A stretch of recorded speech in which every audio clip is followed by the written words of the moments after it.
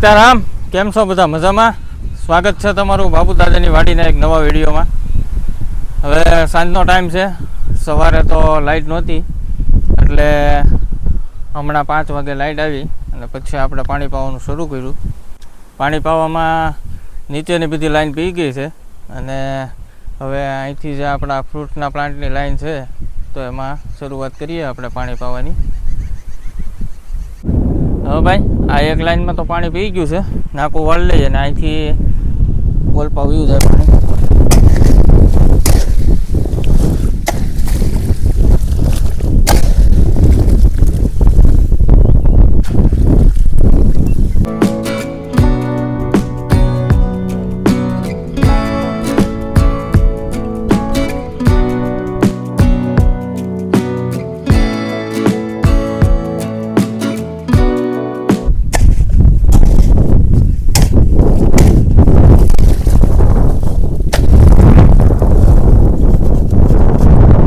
સાંજના સમયે પાણી વાળવાની મજા જ કંઈક અલગ છે.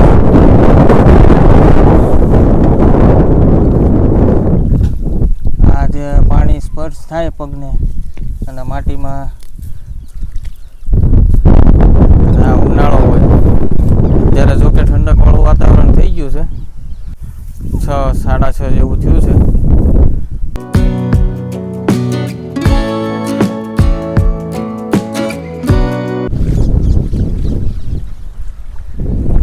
આપણે ભાઈ લીમડામાં લીંબોળી ઘણી બધી આવી છે અને ધીરે ધીરે પાકવા મળી છે. અને પહેલાંના ગઢિયા એવું કહેતા કે ભાઈ લીંબોળી પાકે એટલે વરસાદ આવે. તો જોકે બંધારણ તો થવા જ મળ્યું છે વરસાદનું અને આગાહી પણ આવી ગઈ છે વરસાદની, એટલે થોડાક ટાઈમમાં હવે ચોમાસું બેસે એવી શક્યતા ખરી. અને ખેડૂતને તો બીજું શું હોય, ચોમાસાની વાટ જોતા હોય.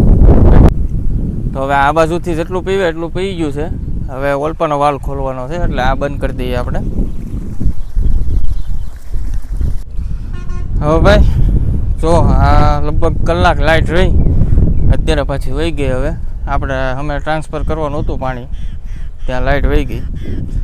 અત્યારે ખેડૂતને આમ ગણો તો બહુ મુશ્કેલી છે, કારણ કે અમુક જગ્યાએ જુઓ તો લાઇટના થાંભલાથી માંડીને બહુ બધા હમણાં કિસ્સાઓ બની ગયા.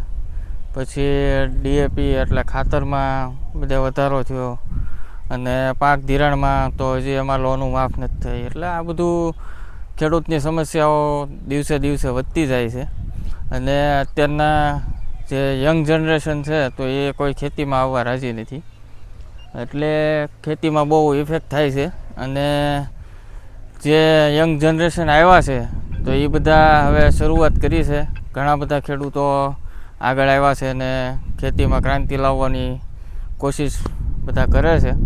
અને આપણો પણ એમાં થોડોક હિસ્સો, આપણે પણ થોડુંક કોન્ટ્રીબ્યુટ એમાં કરીશું, કારણ કે આપણે પણ આ લાઈન લીધી છે.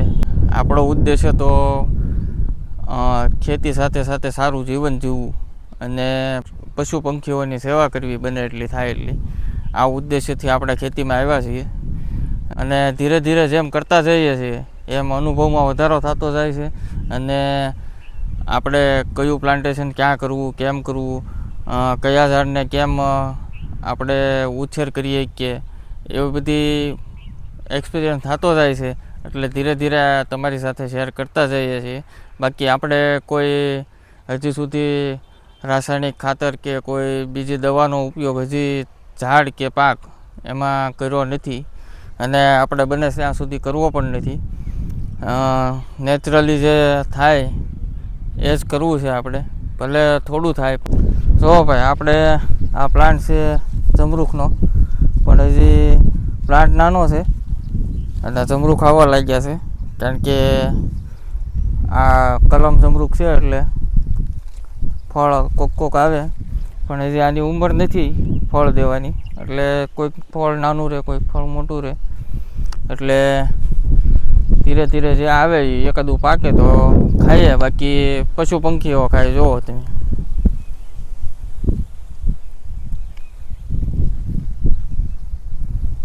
આ ખાઈ ગયેલા છે. જુઓ એટલે આપણે અહીંયા બધા પશુ પંખીઓ માટે કોઈ લિમિટેશન નથી. જો આ બીજું ખાઈ ગયેલા છે, જેને જે ભાવે એ ખાઈ શકે છે. આપણે કંઈ જે વધે એ આપણે ખાઈશું પછી. અને જુઓ માળા તે હવે બધા ખાલી થઈ ગયા છે.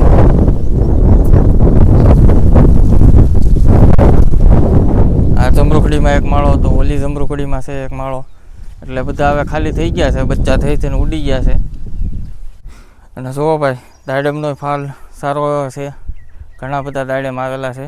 આ સફેદ દાડમ છે દેશી, પણ એમાં કલમ કરેલી છે એટલે નાના છોડમાં ફાલ આવે. આના 2 છોડવા છે.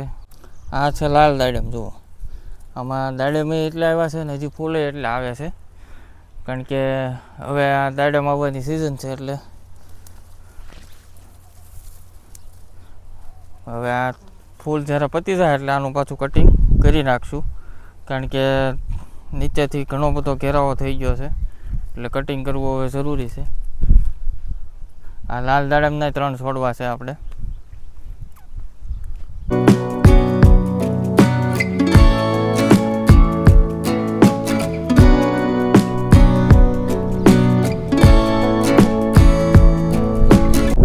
હવે ભાઈ અહીંયા બેઠા બેઠા સુંદર સંધ્યાનો નજારો જોઈએ છીએ.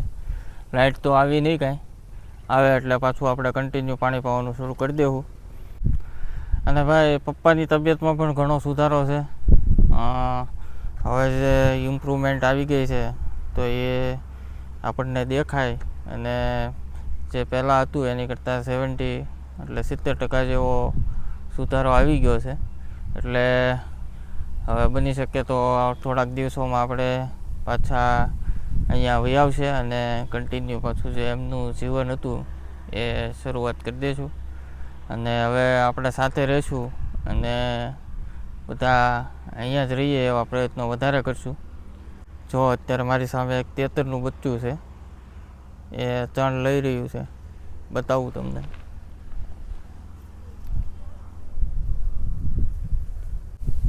અને લગભગ આપણી વાડીમાં એવા સમયે તમે કદાચ ધ્યાનથી જુઓ તો આખો પરિવાર પણ હોય અને ઘણા બધા તેતર આંટા મારતા હોય આપણા વાડીમાં.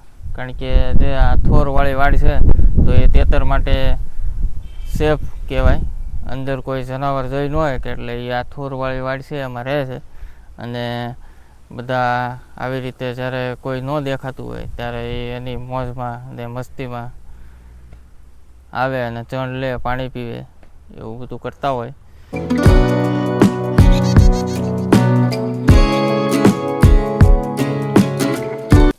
હવે ભાઈ જુઓ આપણે લાઇટ તો આવી ગઈ પાછી અને પાણી શરૂ કરી દીધું. ઘડીક વાર હાલે એમ છે, ત્યાં સુધીમાં ધોરિયો ચોખ્ખો થઈ જાય તો વધારે ભેગું ન થાય.